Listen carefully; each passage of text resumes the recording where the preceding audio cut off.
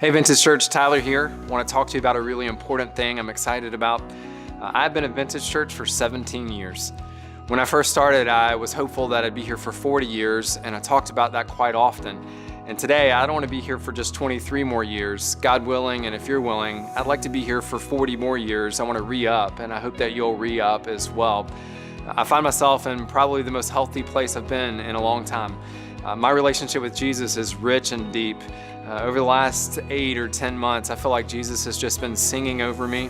I know the work that He's done for me personally more than ever before. It's just kind of exploded in my heart and my soul and my mind. And so with Jesus, I just am enjoying a thriving relationship. I'm enjoying a thriving relationship with Vintage Church as well. My staff team, our leaders, our elders, our deacons. I love the people I work with. They charge me up. They are loving the city and working hard. And so I really enjoy my day in and day out job with them. And so that brings me to this place where we have this policy as a church, and policy is not a word that we love, but we wrote this one down because we think it's important. Every 7 years, we ask a pastor to take a sabbatical. That's 3 months off. And we do that for a couple of reasons, and I want to explain it because in the next couple of years, you're going to see more and more pastors take sabbaticals. That's a great sign for us as a family. It means that we have longevity and tenure with our staff. That's really abnormal for churches around the United States, and so it's a really healthy family, and we want to help those who lead the family be healthy as well. And so we're going to take a sabbatical. And when I say that, my first thought probably is you thinking, well, I'd like a sabbatical as well. And I understand that. I know that you're laboring and that's a good thing and that your life is stressful. And so let me explain to you why we want pastors to take sabbaticals. First is the content of their job. Pastors walk in some of the darkest places in society. We're asked to bear people's addictions with them. We sit with people as they pass away and we do their funerals.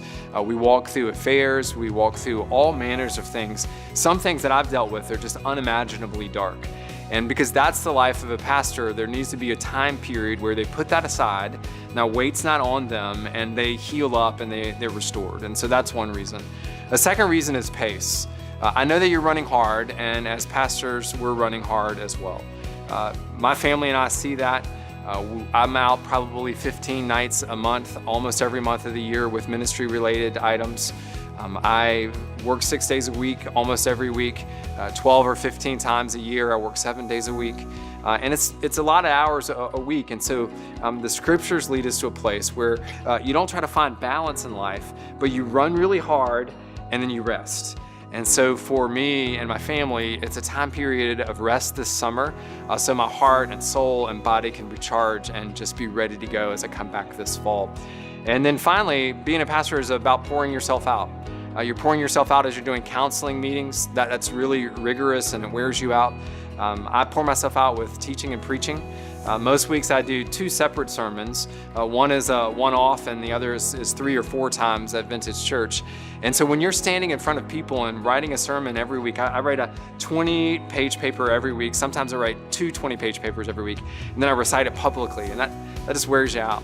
And so it's going to be good where I don't have to sit down and write a paper for a couple of months, and I don't have to stand in front of people. And I hope that you'll rejoice in that resting. Here's what my family and I are going to do. I just cherish spontaneity and risk and adventure. And because of the manner of the job and usually being scheduled 3 months out, we don't really have that opportunity. And so we're going to go to Costa Rica and surf, and we're going to go to the beach, and we're going to go to the mountains, and we're going to do spontaneous things just out of the blue. And I can't wait to experience that with my kids and my wife. What can you do? I'm really glad that you asked. Be all in.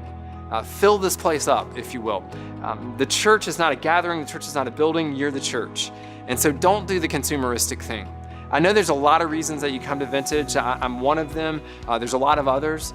But you need to finally come to a place where we all agree we're the church and we're going to press forward harder than ever and really make much of Jesus this summer. Join us in our discipleship program in May in 2 Timothy. It's going to be amazing. Join us for Gospel and Life classes. Join us for all the other things that are happening. And then when we come back together in August, let's do more than we've ever done. And so I'm very appreciative to Vintage and to you for this opportunity, and I can't wait to see you back the very 1st of August.